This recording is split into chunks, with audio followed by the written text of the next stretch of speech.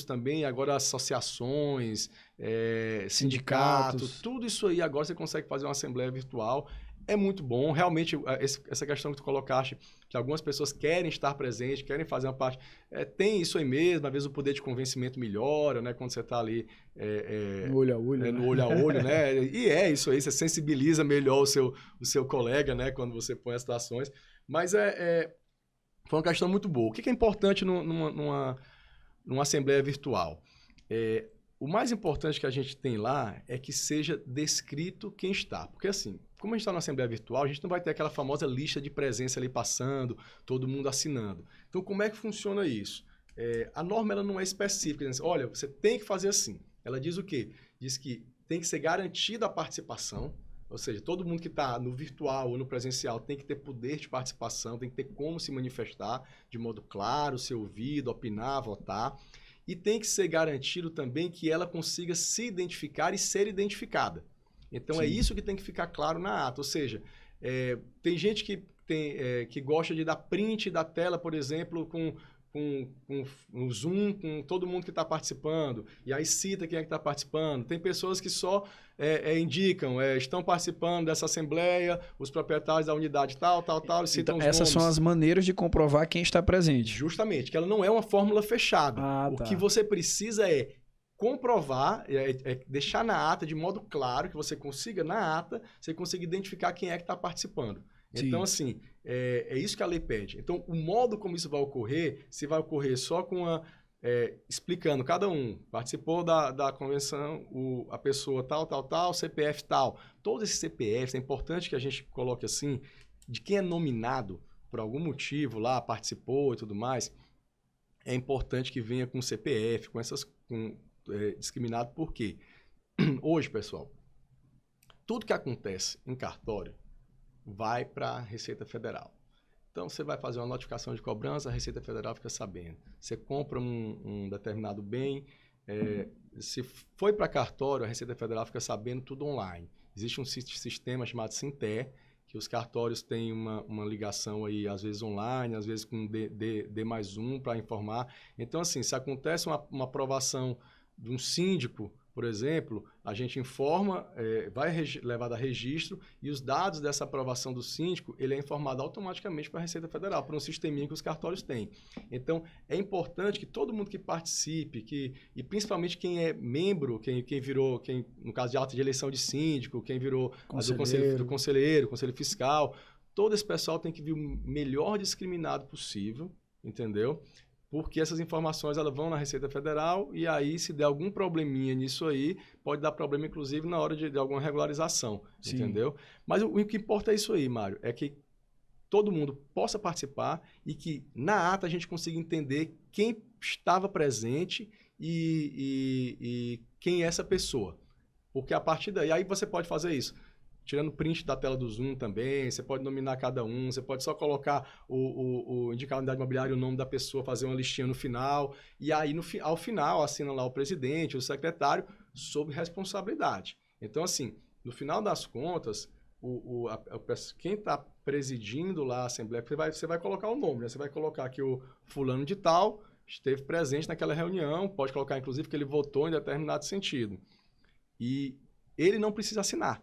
O proprietário lá que foi nominado. Ele não precisa assinar no caso... Então, que fique bem claro que após a assembleia virtual, o condomínio não tem que pegar uma relação e sair precisa. Nos apartamentos coletando assinatura. Não precisa. Não é uma obrigação da lei, até porque essa lei ela iniciou por conta da pandemia, essa norma, né? Então, assim... De início, a gente já consegue entender que se a ideia era não ter contato, se você leva para assinar, aquilo ali já perde o sentido, você vai ter contato com todo mundo, né? Mas, para além disso aí, as normas já foram alteradas agora para prever essa assembleia virtual e independentemente de pandemia, ou seja, isso é uma coisa que veio para ficar, não é período pandêmico mais, isso é uma regra agora que vai ficar. E o que a norma pede é isso, que dê para identificar com clareza quem participou e como participou da Assembleia. E aí assinam sob responsabilidade o secretário e o presidente. Então, o que acontece? O secretário, o presidente, colocam que uma determinada pessoa participou, votou num determinado sentido e aquilo não ocorreu, é uma declaração falsa. É uma falsidade, um documento que tem responsabilidade civil, penal. Então, é uma questão séria. Sim. Por isso que é importante também que essas assembleias fiquem gravadas, que você tenha prova do que aconteceu, porque se isso Pelo menos por um período mínimo. Claro, tem um período razoável, né? Por quê? Porque se eventualmente isso for questionado, e é questionado, muitas vezes a gente sabe que às vezes há um certo clima de beligerância, e algumas vezes a pessoa fala uma coisa e naquele arrobo, depois nem se lembra que falou aquilo ali, e aí aquilo é lançado na ata, e a pessoa vai questionar, e a pessoa que falou não assinou. Então ela pode dizer que você inventou aquilo ali. Então é muito importante para a administradora, para o síndico, que guardem sim por um período assim, razoável de tempo, não há uma previsão específica, mas guardem, se resguardem com essas informações aí, porque como eles assinam pelas pessoas, eles assinam sob responsabilidade própria. Sim. Então é importante tomar esse cuidado. Com relação ao registro de uma ata, um simples registro, que também é uma dúvida para o pessoal. A gente sabe que quando a gente registra um documento, o documento torna-se público. Certo. É isso? Isso. Principalmente uma ata de condomínio, que é, na verdade, o interesse maior do registro da ata é tornar público Então, tudo que foi prova, decidido tornar público, e formalizar, conteúdo, né? Porque isso uma mesmo. ata feita e a gente guarda na gaveta, ela ali pode ser adulterada. Pode ser adulterado, você pode perder. Você Pode não consegue e no cartório ela fica para sempre lá. Você não consegue perpetuar. Você não consegue perpetuar com a prova daquele conteúdo.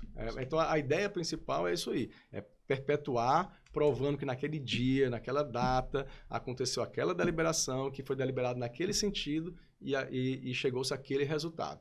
E aí, essa é a segurança jurídica para o condomínio. Uma segurança jurídica muito grande, muito grande. Eu acho que... E com relação, Thiago, a um morador qualquer que ele ou participou ou não participou, vai no cartório e tem acesso à ata.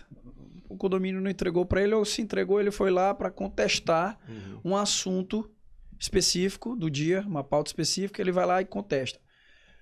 O cartório tem alguma coisa a ver com isso? Que fique bem claro, pessoal. Vocês têm algum poder de, por exemplo, voltar atrás do registro, a não ser que tenha uma decisão judicial? Não. O cartório... Porque, primeira coisa, né? O cartório, ele atua, como a gente está falando, naquela questão da segurança, evitar um problema. Certo. Então, assim, a ideia da existência do cartório é o não conflito. Então, é evitar o conflito. Na hora que existe um conflito, então, assim, o morador está descontente com alguma coisa, ele vai no cartório, ele vai ter acesso, se ele quiser, à ata que foi registrada, ao conteúdo inteiro dela e tudo mais. Ele vai falar assim, olha, não, mas eu não aceito isso. Sim. Aí você fala assim, olha, mas aí quando há um conflito, não é o cartório que vai resolver. Pronto. Já aconteceram casos interessantes em que houve uma assembleia, né? Aí foi decidido em determinado sentido.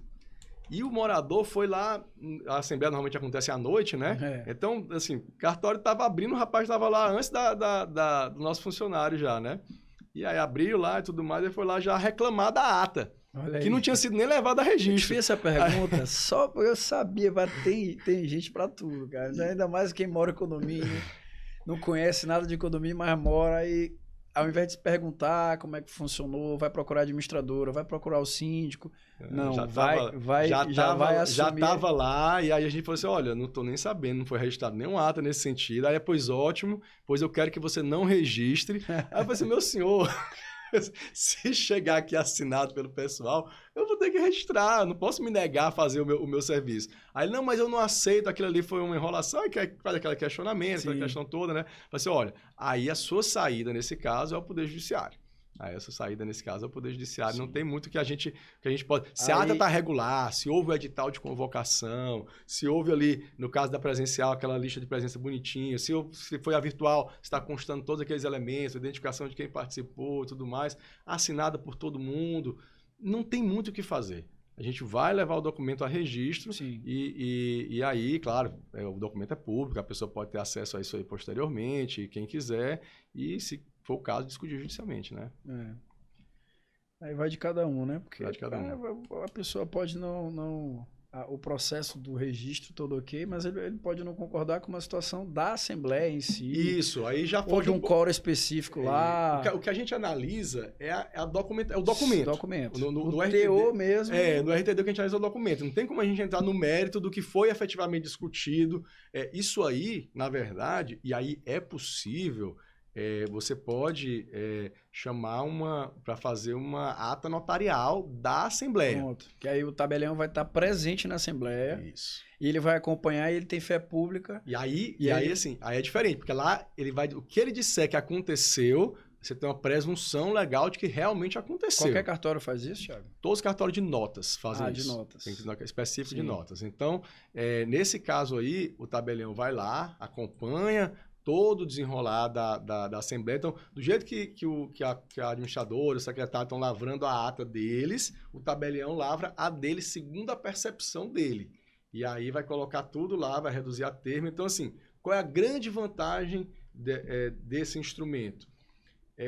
Naquelas audiências, naquelas assembleias que vão ser muito beligerantes, que vão ter muito problema, você já sabe o que vai acontecer, já sabe que vai dar bronca.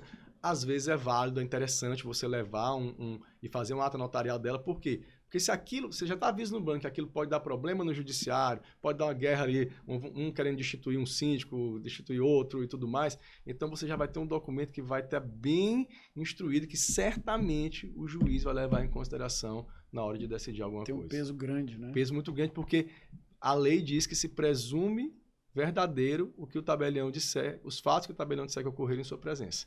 Então, o cara vai ter que demonstrar de algum modo que o tabelião ou mentiu ou errou, né? Ou mentiu ou errou. Com certeza não. Que provavelmente não vai acontecer. Então, assim, para o juiz é mais... Se aquilo realmente desembocar no judiciário, para o juiz é muito mais simples decidir. Sim. Ele vai chegar lá e vai ser... O juiz tem 10 mil processos. Vai chegar um que tem uma pessoa falando uma coisa, outra pessoa falando outra. Cada um de um jeito. O que ele vai ter que fazer? Fazer audiência, ouvir testemunha, tentar entender e daí formar um juízo de valor que vai estar certo ou errado, mas que ele vai ter que decidir. No caso de uma ata, quando vem com a ata notarial, fica muito mais fácil para ele. Ele vai dizer, não, o tabelião já disse isso aqui, eu já posso dar uma liminar nesse sentido, me valendo dessa ata notarial, posso deixar de dar essa liminar porque me apresentaram essa ata notarial que já vai de acordo e eu vou trabalhar o meu processo de acordo com o que está dizendo essa ata notarial. Claro que o juiz, ao longo do processo, pode se convencer que falhou naquela elaboração da ata, que está faltando alguma informação, mas não é o usual. O usual é que aquilo ali seja bem fidedigno e a partir daquilo que foi lançado na ata, o juiz vai tomar uma decisão sem muitas alterações. Olha, isso aí para mim é uma dica de ouro, viu? Porque o que a gente mais vê na prática é confusão. A Assembleia de Condomínio, infelizmente, é sinônimo de confusão, né? Por mais que todo a celeuma ali esteja correta, por mais que o síndico esteja de boa fé, esteja fazendo a coisa certa, que é o que acontece na grande maioria das vezes, mas sempre tem um condômino para pentelhar, como diz o outro. Então, assim, essa ata notarial, ela vai respaldar todo mundo. Sim, todo mundo. Com certeza. Todo com mundo. Certeza, com certeza. E assim, tem um custo. Óbvio, tem um custo elevado, mas eu acho que para a situação, dependendo da situação, não é um custo, é um investimento. Isso. Essa a dor de cabeça futura pode ser bem maior do que aquele assim, pagamento dessa ata justamente, notarial. Eu penso assim, não tem muito sentido você fazer uma ata notarial numa assembleia que vai discutir uma pequena coisa, vamos discutir se a gente vai alterar o horário da piscina para tal hora, a academia vai ficar abrindo às 6 ao invés de às 5. Isso é tranquilo. São coisas tranquilas, vai haver uma discussão, vai ter gente de uma opinião, gente de outra, mas não é aquela discussão que provavelmente vai desembocar, mas uma eleição de síndico complicada, onde há uma acusação sobre prestação de contas, desconfiança uma desconfiança, tudo isso aí, nesses casos aí já é válido considerar.